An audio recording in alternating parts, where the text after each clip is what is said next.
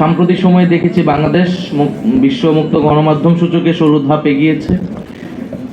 এটি আমাদের দেশের জন্য একটা সুখবর হলে হয়তো আমাদের আকাঙ্ক্ষা বা প্রত্যাশা অনুযায়ী আমরা হয়তো আরো বেশি চেয়েছিলাম যে আমাদের গণমাধ্যম পরিস্থিতি পরিবেশ আরো ভালো থাকবে।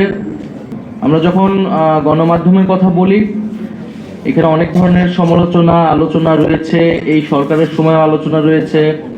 যেহেতু আমি তথ্য সম্প্রচার মন্ত্রণালয়ের উপদেষ্টা ছিলাম, অনেকগুলো সমালোচনা আমার উপর আসলে বর্তায়।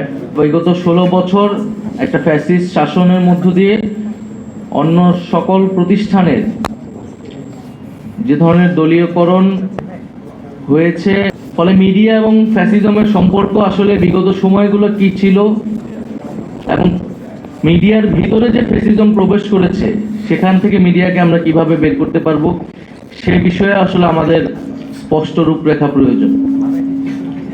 কারণ আমরা দেখছি মিডিয়া ও ফ্যাসিজমের যেই সম্পর্ক বিগত সময়ে ছিল, যদি সেই সম্পর্ক থেকে সেই আদর্শিক আধিপত্য জায়গা থেকেও যদি মিডিয়া বের না হয়, সুশাসনের বিষয়টি মিডিয়ার ভিতর থেকেই নিশ্চিত করা উচিত, সে বিষয়ে উদ্যোগ গ্রহণ করা উচিত। এই অন্তর্বর্তী সরকারের সময়ে প্রচুর মিস ইনফরমেশনের একটা ক্যাম্পেইন দেখেছি এবং বাংলাদেশের গণমাধ্যমগুলোতেও এই মিস ইনফরমেশন নানাভাবে ছড়ানো হয়েছে।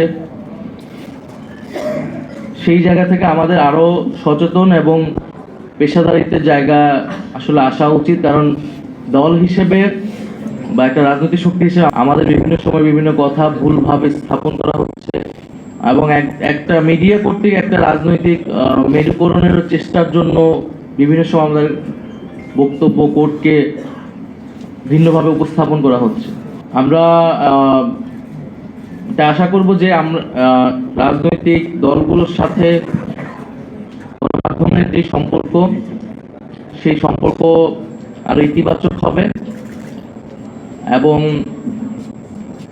যে মুক্ত গণমাধ্যমের প্রতিশ্রুতি আমরা সকলেই দিচ্ছি, সেটি আসলে আরো কিভাবে কার্যকর করা যায় সেই বিষয়ে আমরা যদি আরো বাস্তবিক অর্থে আরো খোলামেলা আমরা নিজেদের মধ্যে আলোচনা করতে পারি, সেই রূপরেখা তৈরি করতে পারি, এটি আমাদের জন্য ভালো হবে।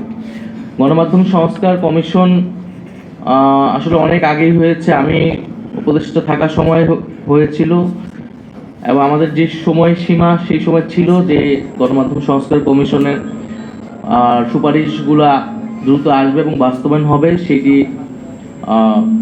অনাকাঙ্ক্ষিতভাবে অনেক দেরি করছে।